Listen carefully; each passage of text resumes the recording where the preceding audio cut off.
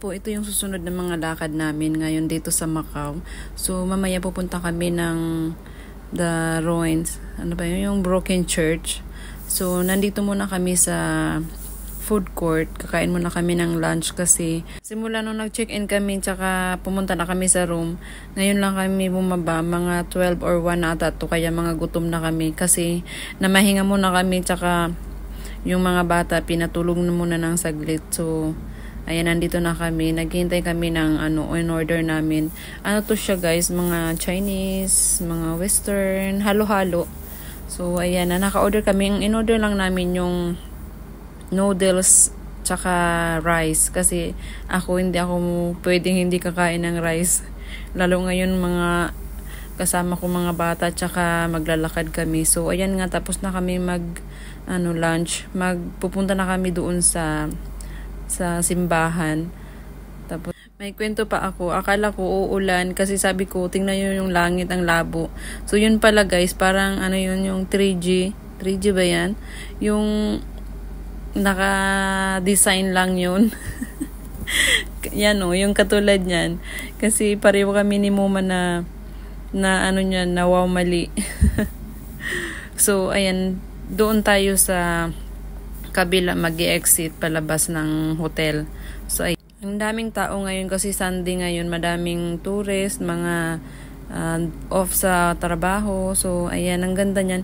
Itatry namin yan, tingnan natin kung matry natin na sumakay dyan sa bangka mamaya. So ayan, mag-picture muna kami tsaka mag-video tapos pupunta na tayo doon sa simbahan tsaka doon sa Lisboa. Hindi kami makapasok ng casino kasi bawal ang mga bata.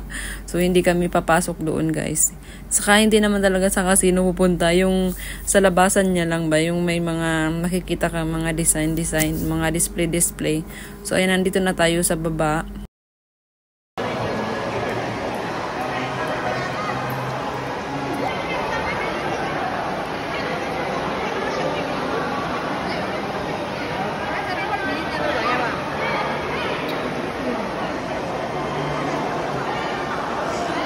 So, ayan guys, naghintay nga kami ng bus kasi sabi namin magbabas na lang kami.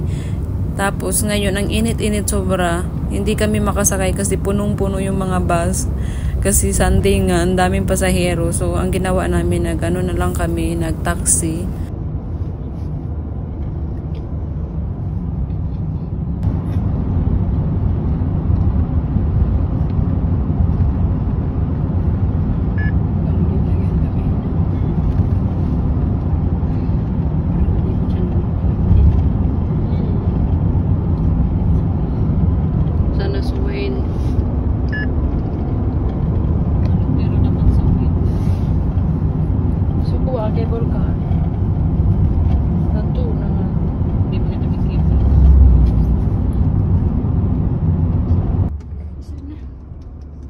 So ayan nga, habang nasa taxi kami, nakatulog na si kuya.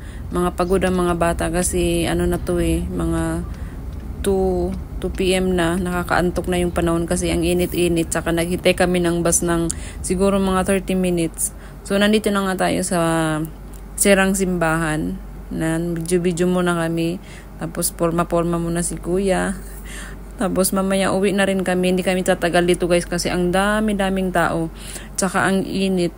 Yung mga bata kawawa naman. Buti na lang may dala akong maliit na fan para kay Arya tsaka kay Aryan. Habang pumunta sila sa taas, nag-picture. So ayan, pinakain ko si Arya ng biscuit. Mamaya guys, uwi na rin kami kasi uwi na sila si ate kasi magta-travel pa sila papuntang Hong Kong. Tsaka pagod na yung mga bata.